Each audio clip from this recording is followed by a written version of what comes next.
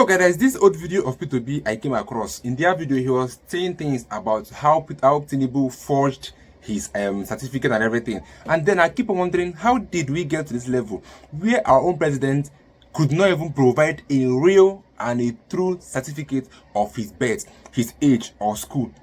Just take a listen. Let me get to a bit about that video in the comment section, guys. Morning show here on Arise News. Before we bring in our guests to now join the press conference by Peter Obi in Abuja. And abroad in different parts of the world I've traveled recently.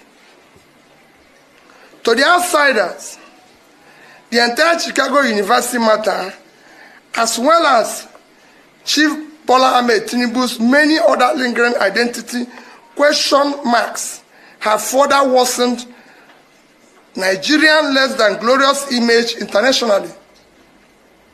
Uninformed outsiders now see every Nigerian as a fraudster, certificate forger, or identity thief. The controversy is unnecessary, just as the implicit global embarrassment could have been avoided. In my opinion, Chief Bola Ahmed Tinubu should have saved the nation and himself this protracted embarrassment and undue anxiety. Even in this late in the day, however, Chief Ahmed Bola Tinubu still owes the nation and the world a simple debt of obligation only he can discharge. I therefore respectfully and humbly call on him to immediately and personally mount the rostrum of his present high office to perform a simple task once and for all time.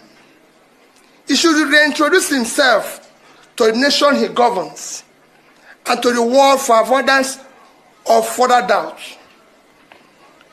He should let the world know his name, his nationality, his place of birth, his parentage, the primary and secondary school he attended with dates, as well as the actual universities he attended and certificates obtained. It should indicate clearly where and when he did his national youth service. In addition, if at any time he has had a change of name, it should state so clearly and circumstance that his name itself is no crime. This is a simple task that will take only a few minutes. It requires no affidavit, prolonged court process, spokesperson, agents, or surrogates. The task is one that only Chief Bola Tinubu himself, through a direct personal statement, can perform. He must perform this task urgently in order to lay to rest, once and for the last time, the many lingering doubts and valid speculation about his true identity. A leader cannot outsource a clear, unambiguous personal statement about his identity to political surrogates, official spokespeople, lawyers, or any other person, no matter how highly placed. A matter of personal identity of a leader is too sensitive and central to the function of the office he currently occupies to be trifled with, outsourced, or disguised under the cloak of officialdom. It is about integrity, morality, values, and the rule of law that defines the character of a nation and its people. In his present capacity as a leader of a nation of over 200 million Nigerians, his true identity is a matter of grave national and international interest. The people deserve to know with certainty the true identity of their leader, and this overrides whatever rights he may have to personal privacy. In addition, the international community deserves to know the true identity of the person with whom they will engage on Nigeria.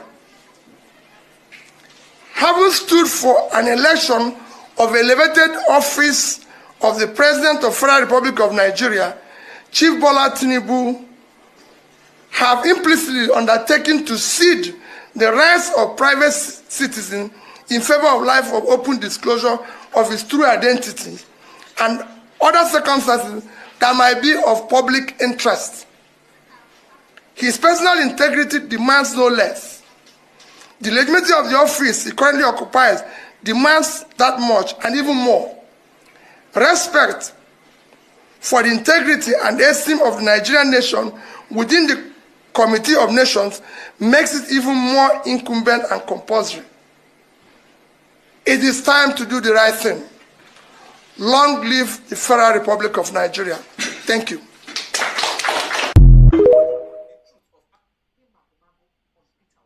My message to the Nigerian electorate is very simple. It's what I've always told, the citizens of Nigeria who are desirous of a change, that Peter Obi is the man for every one of us who has that courage of conviction. Peter Obi is the man for us to all go out there and vote for. For me personally, I chose Mr. Peter Obi because that's the mandate I chose to stand on. I chose to stand on the mandate of a man who can stand by himself, the mandate of a man who is speaking to us, on the mandate of a man who is showing enormous courage, on the mandate of a man who is not afraid to come and sit down with you, Charles, and discuss issues with you, burning issues with you, on the mandate of a man who can, who can discern things for himself, on the mandate of a man who is providing solutions to all the issues that are bedeviling us in Nigeria today, on the mandate of a man who says, do not vote for me because I am an Igbo man, and also do not vote for me because I am a Christian, but vote for me because I have all that it takes to serve you and unite this country and put this country back on the path of growth, on the path of consumption to production. So we have decided, and my message to every Nigerian out there is, we have this particular moment to seize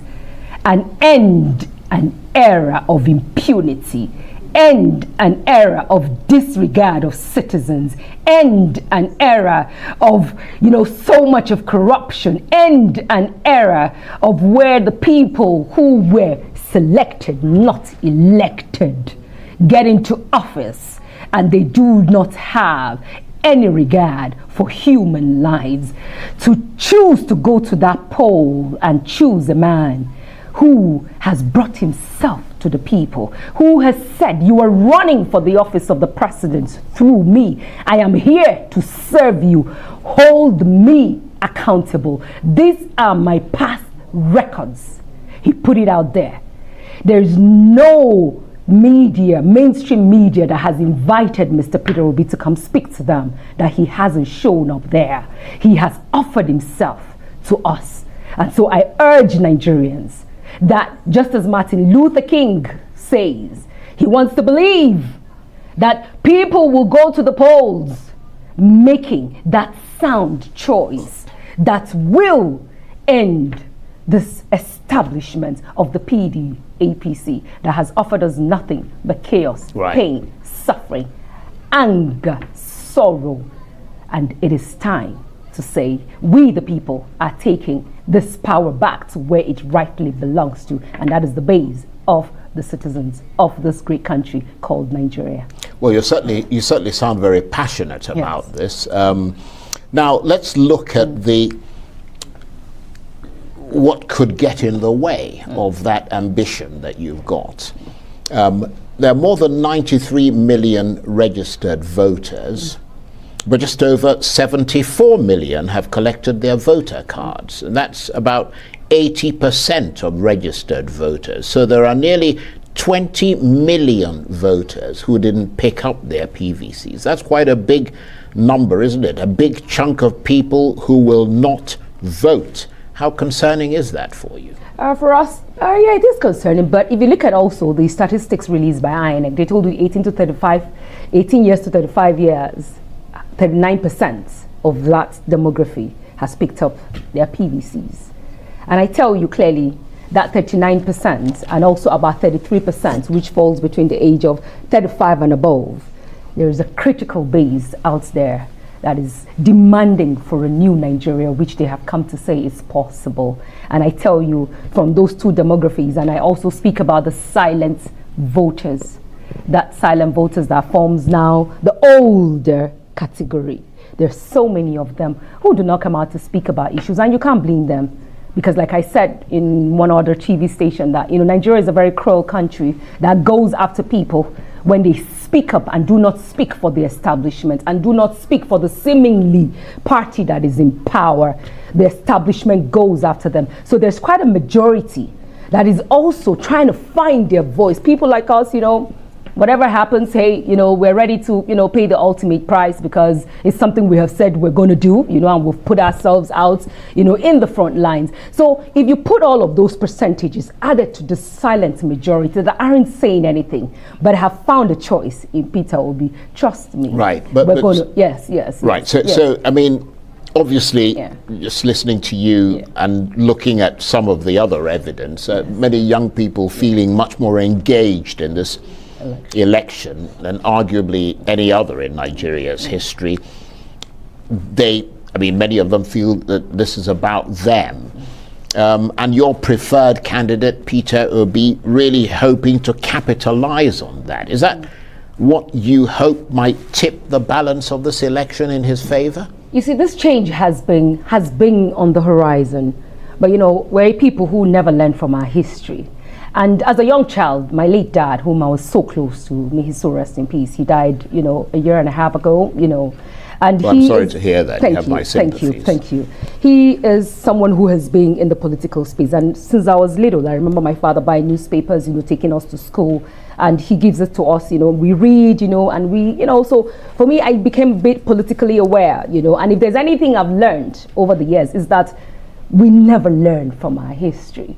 This change has been in the horizon, but the people in power ignored it and they called it noise making. And it only just took a man like Peter Obi having the courage, having the strength of character to come out and the conviction to say that even if I'm going to run alone without anybody's support, I'm going to dare and I'll put myself out there. And these young people, with all the energy they have in them, with all their quest for a shift from the old order that has brought them nothing but pain, anguish, and sorrow. They were killed by the establishment, by the people who they call their moms and dads. They went to Lekki and opened fire on them. We have been victims of the government on the streets here in Abuja, where, we have police, even during the NSAS, we would have been the first casualties, because right in front of National Assembly, the military was sent in on one of the days we came out during the NSAS. And they would have actually, leveled a few people down there, but unfortunately, Lagos paid the big price. So they didn't get the anger. They always say it's just social media noise. And I say, I live on the streets. You live on the streets. Arise News is on social media. So what is social media? Social media is people who are from the streets, who have found a community, either on Facebook or Twitter or Instagram, and where they come and discuss burning issues. The mainstream media takes its news today from the social media. So there was a rising anger that they totally refused to acknowledge, because in their usual ways, they refuse to learn their lessons because they tell you it's mere noise. That mere noise now has turned into a proper demand for good governance, and the young people are speaking out loudly. But looking at you, listening to you, as I said, you sound quite passionate about your politics. I wonder how disappointed you would be if Mr. Obi doesn't. Assuming we're winning, so I'm not going to be assuming he wins. No, we're winning. Because the reason I'm saying this is that I've heard a lot of people who are placing a lot of there's almost a messianic zeal about him. No, it's the media that puts that out. We always say there's no Messiah out there. For me, the faith I practice, there's only one Messiah. Right. And I don't see him as a Messiah. But I see him as a man who is competent, who has got the character, but who has obviously got the courage, that needs who has to got be the capacity. Right, but that needs to be tested on a national level. Yeah, that's where we're at. That's where we're in the But I've heard people saying that this election, if he wins, will pave the way for Nigeria to be great again. Absolutely. Do you believe that really, beyond the sort of the hope and the fantasy and all the rest of it, do you believe that given the many challenges this country faces, so many people who have no jobs, no health care, no good schools, terrorism, insurgency, banditry, that he's going to come in and it's all going to disappear? You see, but he's shown that, sense of sincerity. He has sat down in so many media houses and he's spoken about his desire to even just, see Nigerians grow from but all the other candidates no, they haven't. I haven't seen the candidates of the PDP come sit before you. I haven't seen the candidates of the PDP appear before you in Arise. Aside from the interviews, like all those debates, maybe once or twice. Well, he was actually interviewed by Arise. But not as many times, in fairness, as Peter Obi had. I haven't seen the candidate of the But then some would argue that Mr. Obi needed to do more work than the others. It doesn't. They're all vying for votes. We shouldn't give excuses for any one of them. It's like someone coming to look for a job at Arise TV and he doesn't want to send his CV to you guys and he doesn't want to submit himself to you, Charles, or any other person who wants to interview him. And he tells you guys, oh, the CV I gave you guys is good enough. You either employ me or you don't. Are you going to employ that kind of a person? So that's what we have before us. So we have before us a man who has a proven track record. And for many times, as he has appeared either on this platform or other platforms, he says the famous line, go and verify. I am yet to see anyone who has disproved anything that Mr. Obi has put forward. So what more do you want to hear from someone who has got that much sincerity in him to want to do his very best for a country that is at the brink? Right. Because today, there are so many challenges, and that's why he says security, unity will be topmost for them. And that's why you hear Senator Datti tells you the day we are announced as winners, which we see as 26th February or 27th February, we will stop the killing and start the healing. I can tell you, I hear the sounds of joy all across Nigeria because the healing will indeed start. So the issue you think might be after they are announced as winners will not be there because the healing begins. Okay, well, beyond the slogans, and I say that respectfully, I mean, we've got about 30 seconds left. What's the game plan from here? The election is on Saturday. Yeah, we're fully ready. We're fully prepared. Everyone knows what to do. We're all going to be polling unit agents on that day. And you've got enough polling unit agents across the country? Absolutely. Don't forget also ADC, has shown its weight and support behind Mr. Peter Obi. A splinter. Yes, and they have 96 splinter group and another party, Boots Party. Today, before I came into your studio, I learned have also thrown their weights behind Peter Obi. Yeah, people were talking, oh, we don't have enough polling agents, but we have 134,000, over 134,000. ADC has over 96,000. Put that together, we have the highest polling agents. The rest of the parties have about 176. We have about 239 going into 240,000. We even have more than enough. And then don't forget, all of us that are Peter Obi's supporters, all of us that have said we are ending this era of impunity, this era of mind-boggling corruption, of senseless killings, of banditry, of terrorism. I've been out on the streets since 2014. And this is the time that we are taking our rights fully away from the establishment. I tell you, we are all going to be polling unit agents and we're going to have our eyes on INEC. INEC has better be prepared for the election that is coming because we know that on 26th or 27th, Professor Mahmood Yakubu is going to announce Mr. Peter Obi and Senator Datti as the presidents and the vice presidents of the Federal Republic of Nigeria. And on that note, I want to thank you very much indeed for coming. That is what our leaders are not understanding, that how you treat your people is how others will conclude or summarize that the country is. Because how Tinubu is treating Nigeria is a summary that Nigeria is not working. Because all we see on social media is people that are hungry, ranting about the bad government, always complaining about kidnapping and everything, and yet the government have not come out to say anything. And it's so shameful that our own leader, based on what Peter Obi said, that he should provide us with the real identity. Let us know. Peter Obi always say you can go and probe my 8 years in office. How many governors can come out and say such thing?